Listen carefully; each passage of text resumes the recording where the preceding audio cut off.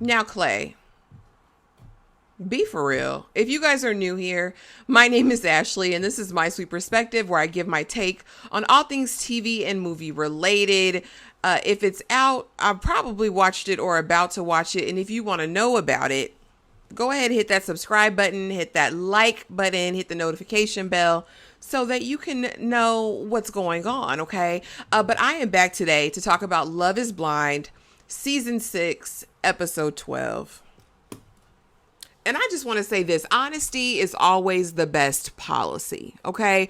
Let's just put that out there. This will be spoiler filled. So if you have not watched the most recent episode, which aired today on Netflix, go ahead and click off this video for now, put it on pause, all right? Leave, but come back, all right, after you've watched it, and let's talk about it. So as always, with any of these reality shows that I do, we will go couple by couple, and I'll give my thoughts. Not everything, but what stood out to me, okay? Okay, let's get right into it, and we will start with the least problematic couple that there is on the history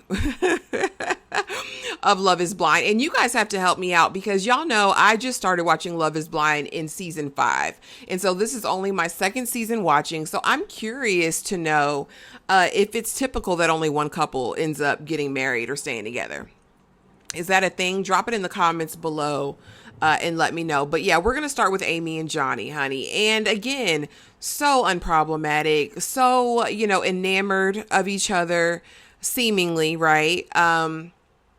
It just was the only issue I saw with them, and that was a little annoying, and I didn't quite understand at their big ages and in this day and time, was their issue about contraception and family planning. Like, there's tons of ways to prevent pregnancy. I mean, for hundreds of years, women have been preventing pregnancy. So I don't know what that was all about or what Johnny's obsession is with that. But they've gotten past it, honey, and they are on their way to their wedding day.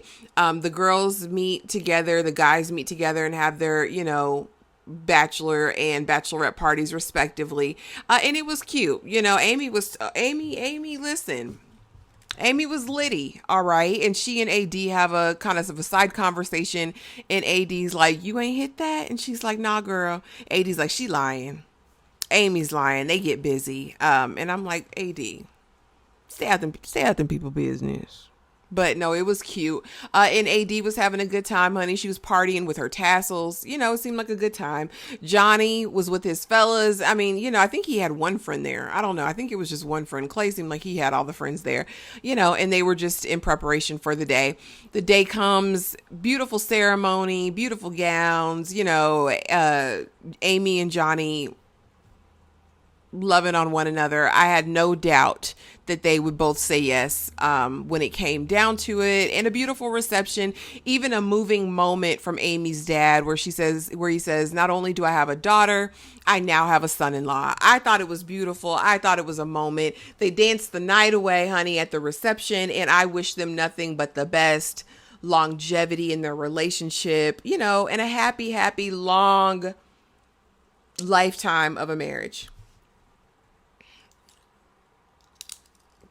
Now let's get into the foolishness, the tomfoolery, the havoc. Let's get into it. Let's start with Jimmy and Chelsea. Now they are off the heels of the ice sculpting, and they are sitting in a beautiful area where it's just them. And they had just, I guess, picked out songs for the reception, what they want to walk into the reception on. And Jimmy begins by saying, you know what, every day of this relationship, you have been an example of the wife that I would want. And then proceeds to say, but you're not my wife. And I want to be as respectful about this as possible that, it was a little bit funny how he said it. But Jimmy, I like you, Jimmy. This is to Jimmy. I like you, Jimmy. But you did play in my good sister's face. Now, Chelsea, I don't believe, in my personal opinion, is ready for any type of relationship as it relates to romantic, right? Until she does some deep inner healing, gets some therapy, and becomes secure in herself and loving herself. Okay, I want to put that out there. I want to preface this by saying that. But Jimmy, I wish you would have followed your first mind and last week left. Honestly, Jimmy, I wish you would have followed your first mind when you saw her and told her the truth rather than trying to be the good guy. I know people make it hard, honey, to tell the truth. But I think it would have served not only you, but I think it would have served Chelsea more if you had just been honest with her from the beginning, that she wasn't it for you. You know what I mean? Because I think in that instance, Chelsea had the opportunity to learn.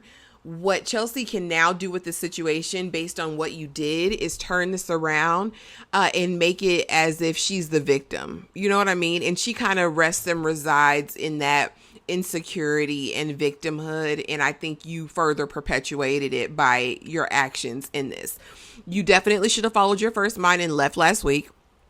But you let her talk you into it. And I think you've been trying to be nice. And I think you're a good guy, Jimmy.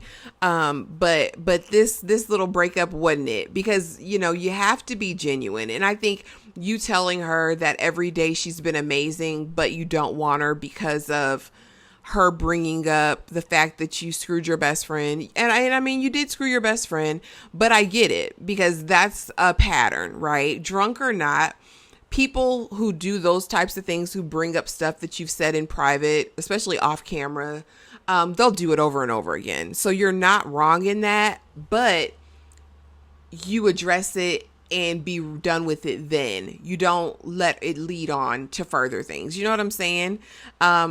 I also think that, you know, when she did the whole thing about him going out with his friend for the hour and a half for the birthday, I think he's been harboring all of that. But again, I think he should have been upfront in the moment and not let it get to this point. I will say, though, I respect Jimmy for not letting it get all the way to the wedding day and embarrassing her in front of God and all the family and friends. I do respect him for that. And I'm happy for Jimmy that he's out of the situation now, because it was not going to be a healthy situation. It was already very toxic. And my hope for Chelsea is that she does some work, you know what I mean? And really strengthen who she is as a person, that she learns her value and her worth. And that she chooses men based on that. I honestly think while she wasn't it for Jimmy, I don't think Jimmy was it for her either. I think that Chelsea just wanted to be chosen. And like so many people have said, I think whether it had been Trevor or Jimmy, whoever came first, she would have said yes to, because she just wanted to be chosen. So I don't think it's some a heartbreak on Chelsea's end. I just think she wanted this really badly. And I definitely can empathize with that. But I think hopefully, ultimately, this is a learning experience for both of them. And Chelsea doesn't take this as a personal attack. But it's just Jimmy's choice. And I think he made the best choice for himself. That's how I feel about that, y'all. AD and Clay, y'all.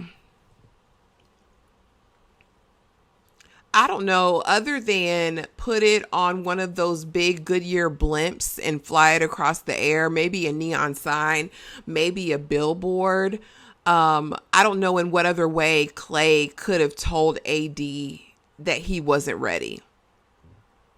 And honestly, I don't even think it's about AD. I mean, I have my thoughts about that too, but Clay, at every point and every chance and every opportunity he got, told AD in no uncertain terms that he wasn't ready. He didn't think he was capable of this. He had a poor example of what a husband would be, how the relationship between his mom and dad had tainted the way he'll enter this relationship. All signs pointed to no.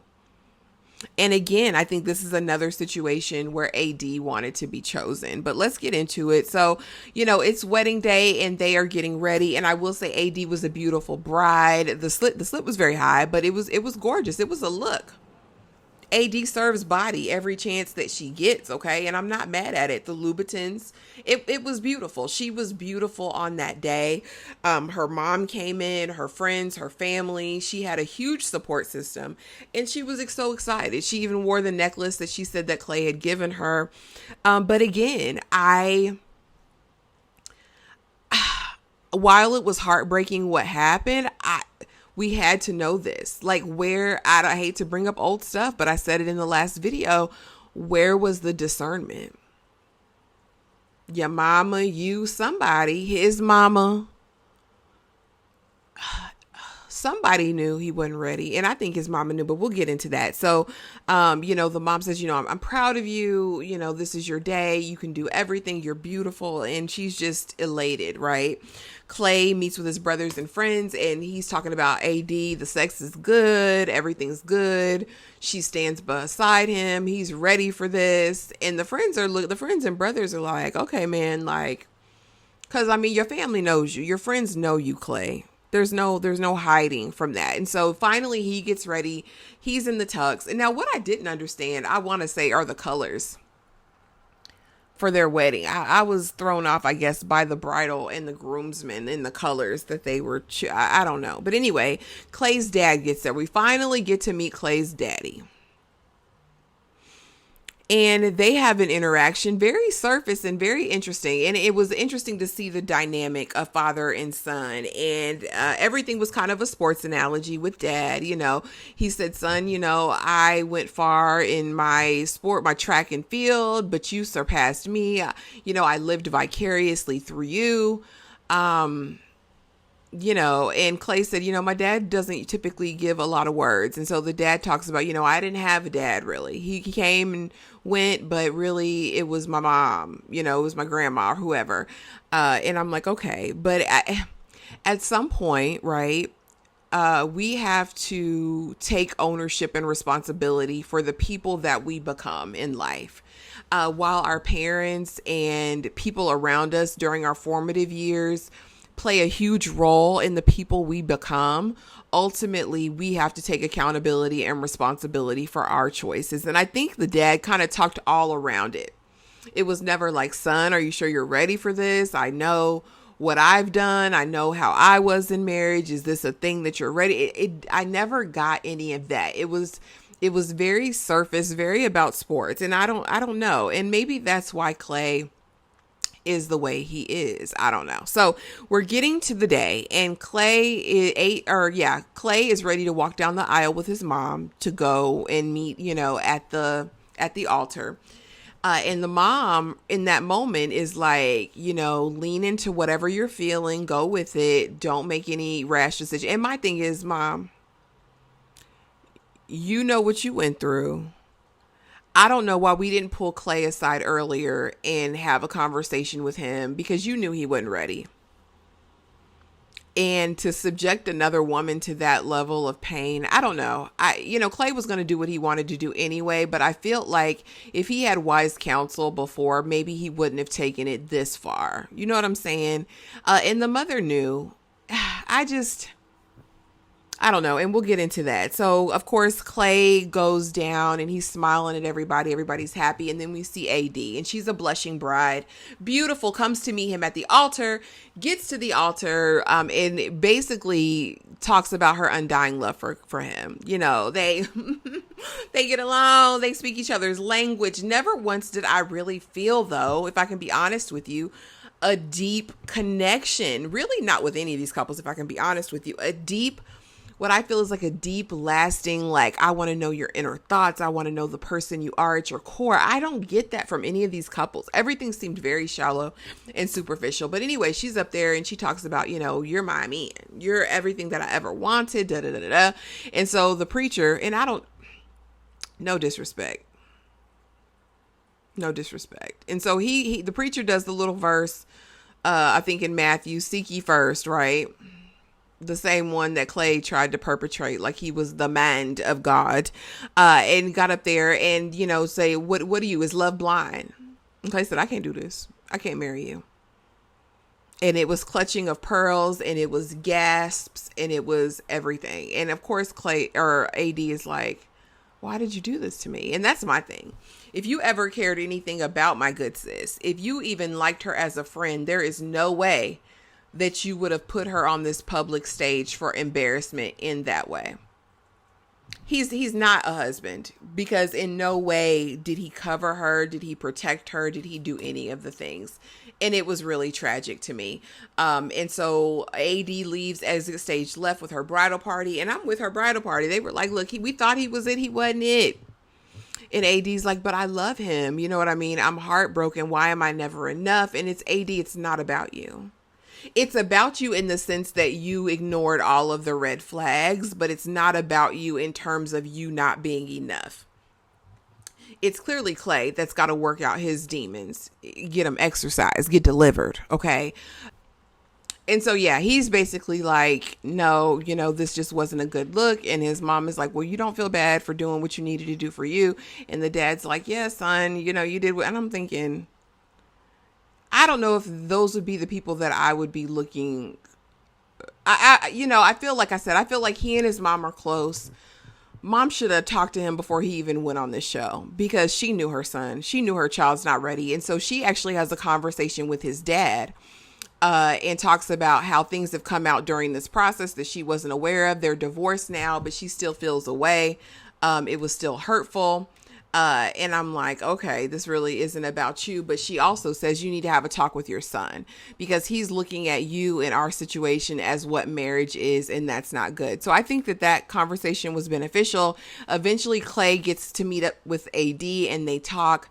And he's like, you don't think this is over, bruh? It's over. Hopefully she stands on big business and doesn't let him, wrangle his way back in without this, y'all. Like I said, it was just sad, and he could have done it earlier. That's all I got, y'all. That was it. And I believe the reunion is next week on March 13th, honey, and we will be back to talk about it. If you are still here after 17 minutes or so, thank you so much for watching. Please be sure to like, comment, and subscribe, and I will see y'all in the next video. Bye.